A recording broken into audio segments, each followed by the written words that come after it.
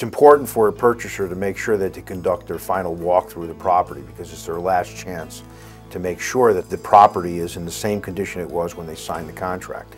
Once they close, any claims that they may have had do have against that seller are merged with the deed. They're gone.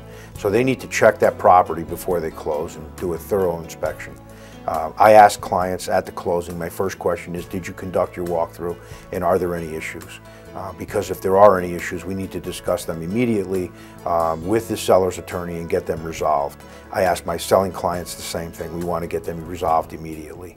An example of problems that may come up, we had a closing years ago where no one could get a hold of the seller, we couldn't get a hold of the listing agent, and when we got to the table, we talked about holding off on the closing, and the clients insisted they wanted to go forward with it. They didn't anticipate any issues.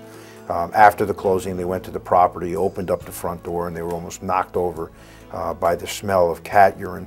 Apparently, the cat had been locked in the property for 10 days while the seller went on an extended vacation, and the cat had urinated everywhere. They went through the rugs, through the pads, through the floor, into the beams, and it was quite extensive, the damage that occurred. That could have easily been avoided had they done their final walkthrough.